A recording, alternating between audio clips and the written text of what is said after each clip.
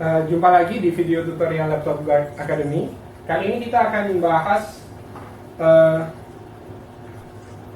soal pada materi 10 ya. Di sana saya memberikan soal untuk sirkuit SCP ya, Short Circuit Protection pada Sony Vaio. Sirkuit ini Anda akan sering temui pada mainboard Sony Vaio yang diproduksi oleh Foxconn terutama.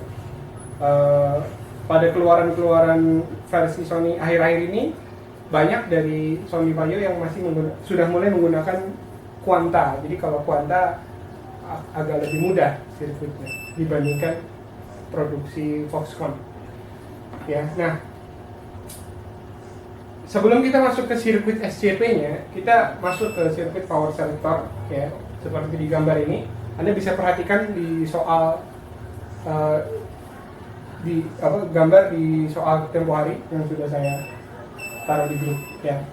Oke, tujuan dari sirkuit ini adalah mengalirkan tegangan dari DC in ya menuju ke DC baud out ya. Tujuannya adalah itu. Jadi mengalirkan tegangan dari adaptor, di sini namanya DC in, mengalir hingga menjadi namanya DC baud out. Jadi DC baud out nanti akan bernilai 19 volt seperti nilainya DC in. Dari sirkuit ini kita lihat komponen utamanya dulu ya, abaikan sirkuit lainnya. Kita lihat jalur utamanya dulu. Perhatikan dari DC in menuju DC baud out ya, terdapat PQ1 dan PQ2. Keduanya adalah MOSFET dengan jenis P-channel.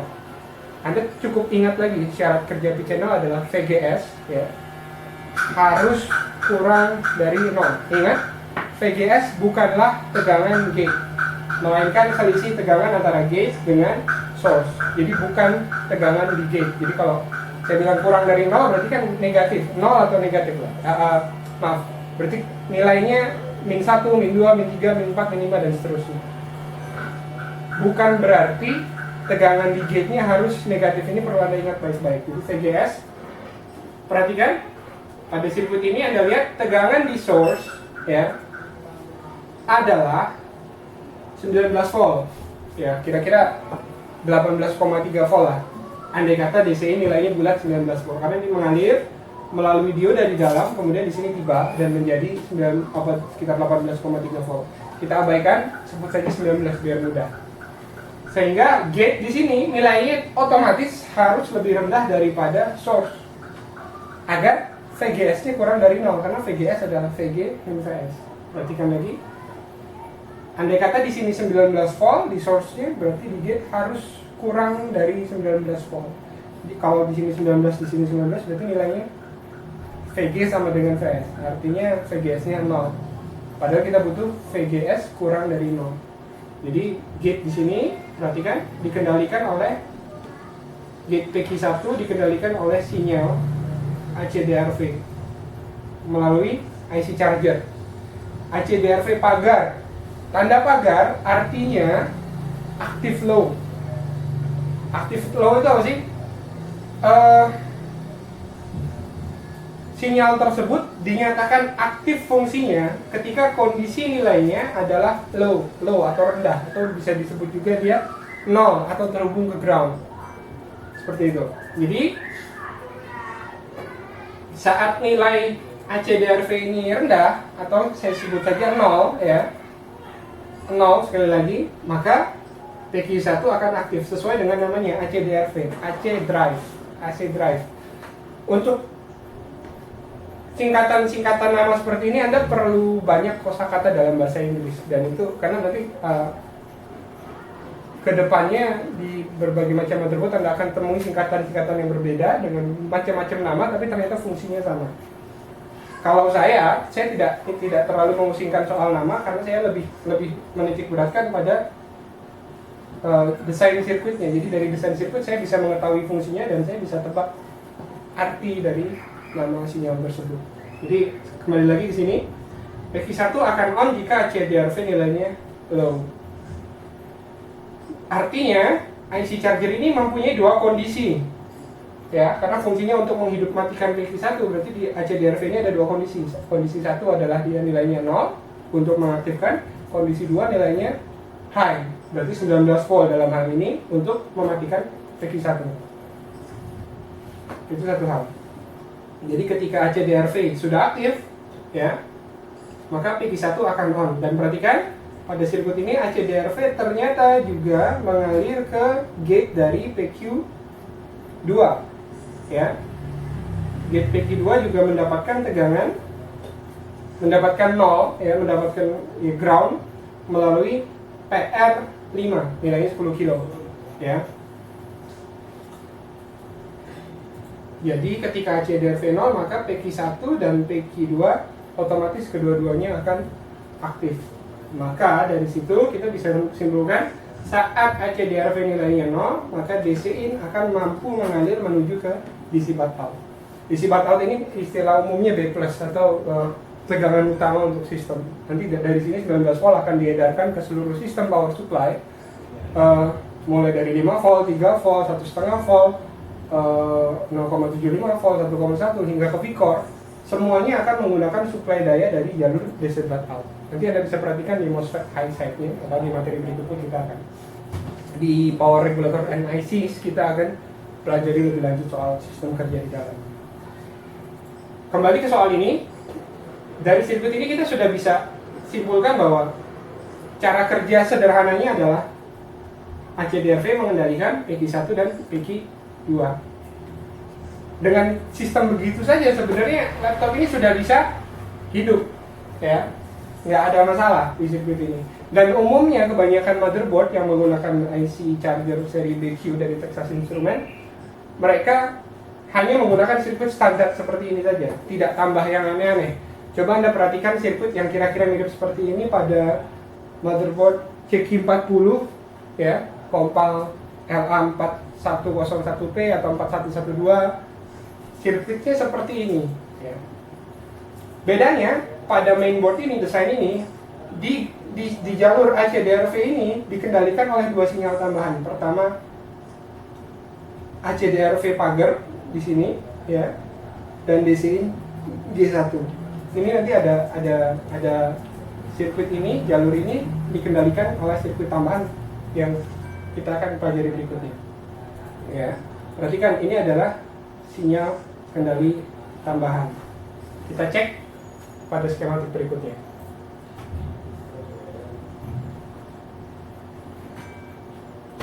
Oke. Ini adalah sirkuit SCP-nya. Jadi sistem power selector tadi diberikan sirkuit proteksi tambahan untuk membantu mengendalikan atau untuk melindungi DC batt out dari konsleting. Jadi ketika DC batt out ada konsleting, maka sistem PQ1 dan PQ2 tidak akan bisa menyala, ya.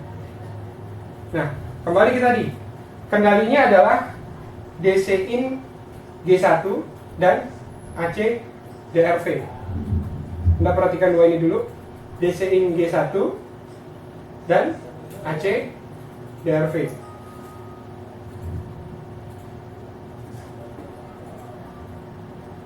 Oke, kita kembalikan dulu ke gambar sebelumnya.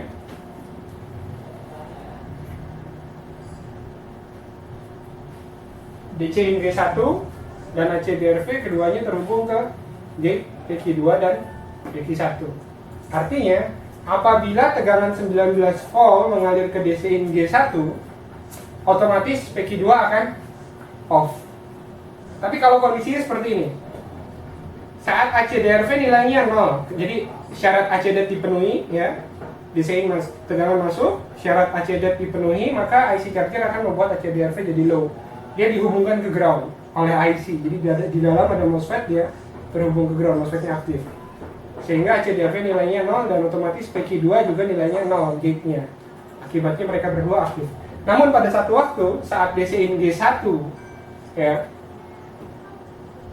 mendapatkan tegangan 19 volt dari sirkuit SCP, otomatis karena tadi dia dapat 19 volt, maka 19 volt mengalir masuk ke sini sehingga gate PQ2 nilainya 19 volt. Bagaimana dengan gate PQ1? Nilainya tetap 0, dia tetap aktif. Karena apa? Karena di sini masih saja nilainya, ingat, masih dia di ground kan, masih low. kok bisa tetap 0? Ya karena 19 volt ini mengalir dengan arus yang cukup lemah menuju ke ground lewat PR5. Andai kata PR5 ini kita jumper langsung, maka saat SCP aktif, akibatnya apa? Akibatnya 19 volt utama akan konslet juga ke ground, jadi sirkuit SCP-nya malah konslet. Kira-kira seperti itu. Jadi kalau pada sirkuit ini, sirkuit SCP-nya itu sebenarnya hanya mengendalikan area ini saja, PQ2 dan ke DC out ya. PQ1 tidak dikendalikan secara langsung karena PQ1 masih sepenuhnya di bawah pengaruh kendali dari IC charger. Kira-kira begitu. Jadi saya ulang lagi, DCI masuk menuju ke DC out melalui PQ1 dan PQ2. PQ1 PQ2 harus aktif dengan cara HCDRV low. Namun suatu saat DCI G1 nilainya high, maka PQ2 akan off sehingga DCI tidak bisa mengalir ke DC out. Itu Anda perlu ingat baik-baik. Dan HCDRV hanya akan menjadi low saat HCD nilainya memenuhi syarat. Anda tinggal hitung di sini nilainya berapa. Sini ada 432 kilo dan 69 kilo. 70 tambah 432 kira-kira 590 ya, kira-kira 500 kilo ohm totalnya. Kita hampir 12%, sekitar 2 volt. Tegangan di sini harusnya masuk sekitar 2 volt di ACD. Ya, ketika memenuhi syarat itu, maka HCDRV akan menurun. Oke, jadi Anda sudah paham bahwa ternyata kendalinya di sini ada dari DCI G1. Kita cek ke DCI G1. Ya, ada lagi DCI MOS dan DCI R. Kita akan lihat kembali di sirkuit SCP. Oke, perhatikan ini DCI G1, ini DCI MOS, ini PQ164B. DCI MOS akan mengalir menuju DCI G1 ketika PQ164B aktif, ya. Dan juga DCI MOS akan mengalir menuju ke gate PQ46 dan menuju ke HCDRV saat PQ164A aktif. Ya, perhatikan baik-baik, DCI MOS akan mengalir ke DCI G1 saat PQ164B aktif, dan DCI MOS juga akan mengalir ke HCDRV dan ke gate dari PQ46 saat PQ164B aktif. Namun sekali lagi di sini ada PR165 nilainya 10 kilo. Artinya arus yang mengalir ke HCDRV lemah. Ya. Jadi kalau HCDRV-nya masih aktif, masih 0 nilainya, maka di sini akan tetap 0 dan di sini akan 19 volt. Karena tadi perbedaan. Bagaimana kalau nilai R-nya rendah saja, disebutlah 10 ohm? Ya kemungkinan di sini akan jadi 0 semua. Karena dibuang ke ground oleh HCDRV. Oke. Sekarang berapa nilai DCI MOS? Kita mesti cari tahu itu dulu, ya. Cari tahu nilai DCI MOS berapa. Artinya ketika DCI MOS mengalir ke DCI G1, apa yang terjadi pada DCI G1? Di sini kita sudah bisa lihat, ternyata DCI ya setelah melalui PQ1, nilainya berarti DCI MOS adalah 19 volt, ya. Di sini 19 volt, dan artinya ketika DCI MOS mengalir melalui PQ164A tadi menuju ke DCI G1, maka itu mengakibatkan VGS dari PQ2 0. Ya, sama dengan 0. Akibatnya PQ2 mati. Jadi Anda bisa lihat satu bagian ini dulu, ya, DCI MOS mengalir ke DCI G1, akibatnya PQ2 off, sehingga DC out nilainya 0. Ya. Jadi kita sudah selesaikan bagian ini, DCI G1 dan DCI MOS. Kemudian bagian berikutnya, PQ164A DCI MOS kita sudah tahu nilainya 19 volt, mengalir ke HCDRV, ya. Jadi mudah saja Anda tinggal cek di sini. DCI MOS akan mengalir ke HCDRV saat PQ164B aktif. Dan perhatikan ini yang MOSFET jenisnya PNP. Ini juga PNP, berarti gate-nya haruslah lebih rendah nilainya. Dalam sirkuit ini Anda perhatikan ada resistor pembagi. Jadi basisnya di sini 19 volt mengalir melalui resistor pembagi, sehingga di sini terdapat nilai tegangan ya yang asalnya dari DC MOS, berarti 19 volt juga. Saat AC off aktif, pagar, ingat tanda pagar artinya saat dia aktif dia terhubung ke ground ya, atau gampangnya 0 volt nilainya ya. Jadi DC MOS mengalir dia terhubung ke ground sehingga terbentuk sirkuit pembagi di basis dari PQ164A ini. Akibatnya nilai basisnya jadi 9,5 volt, sedangkan nilai emitornya adalah 19 volt. VBE nya menjadi negatif, minus 9,5 volt. Jadi aktif. Atau cara gampangnya gini, transistor PNP untuk aktif basisnya harus lebih kecil daripada emitornya.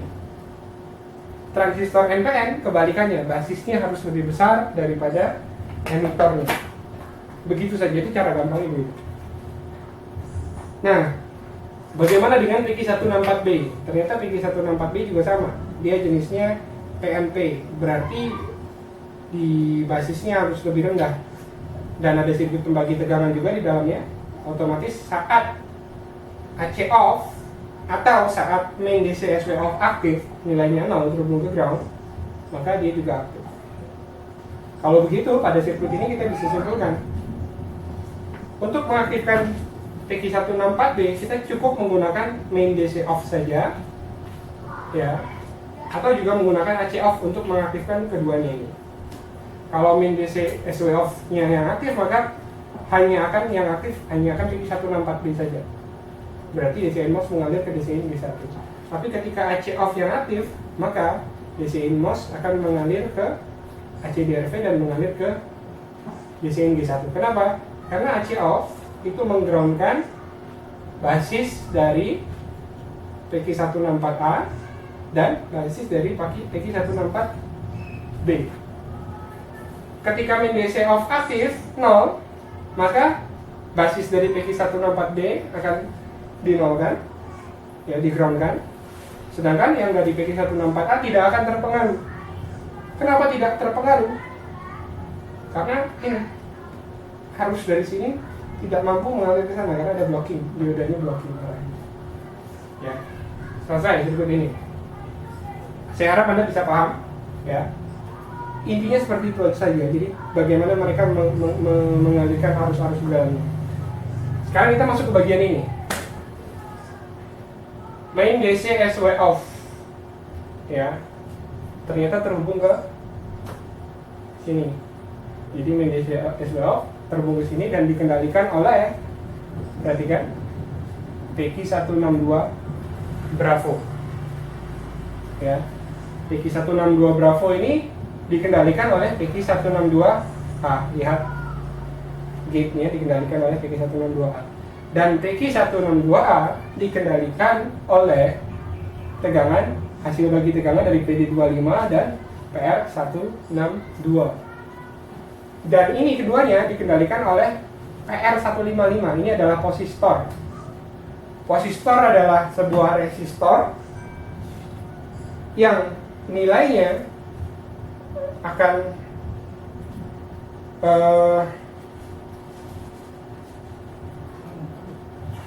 berubah ketika terjadi kejutan arus yang besar. Jadi saat ada arus naik besar, gitu, maka dia nilainya akan berubah.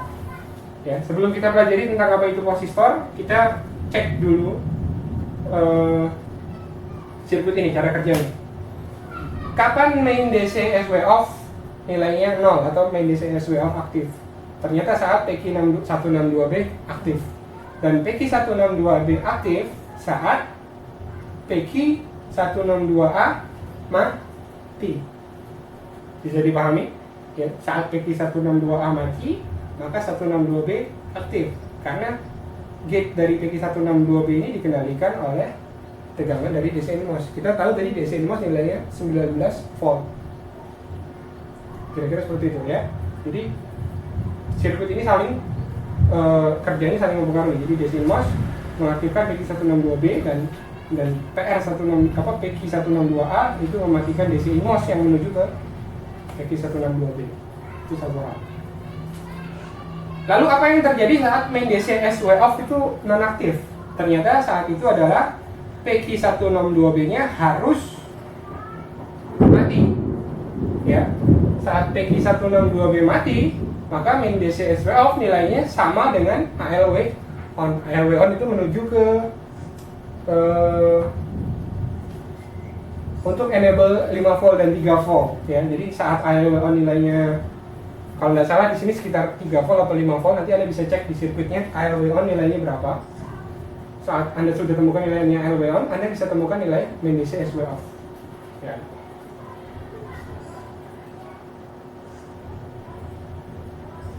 Kira-kira begitu ya. Jadi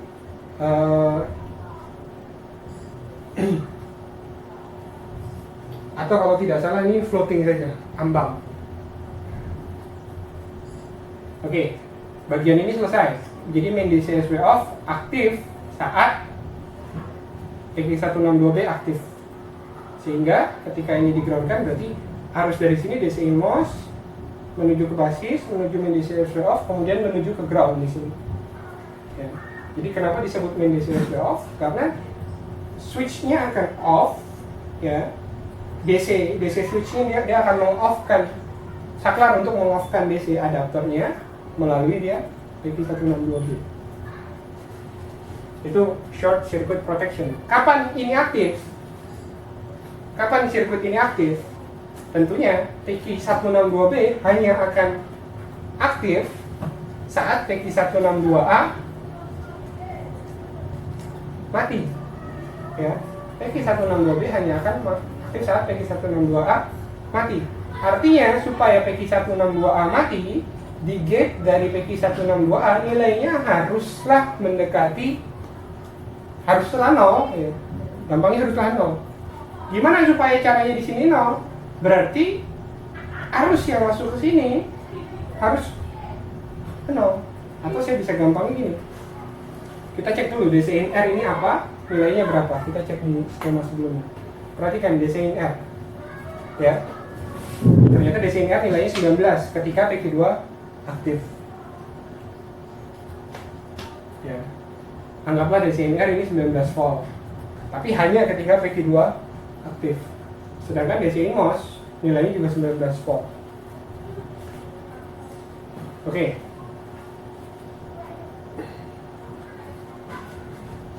Saat DC in R nilainya 0, maka PQ162A akan mati. Sehingga karena ini mati, PQ162B aktif. Sehingga tidak ada 5 volt dan 3 volt, dan PQ164B tadi juga aktif. Karena DC1-nya nilainya jadi 19 volt. Kemudian perhatikan resistor. Ya. Kita asumsikan saat DC in MOS mengalir menuju DC in R.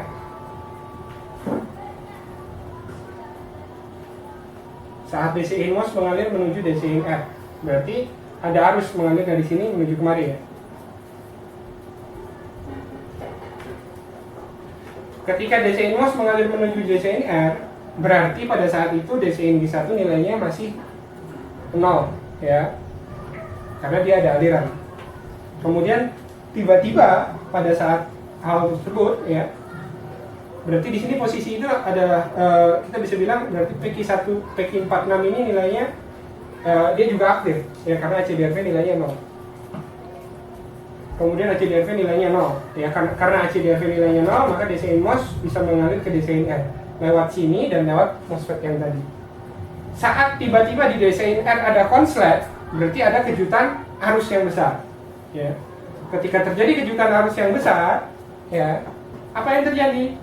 Nilai dari PR155 ini akan naik hingga tak terbatas.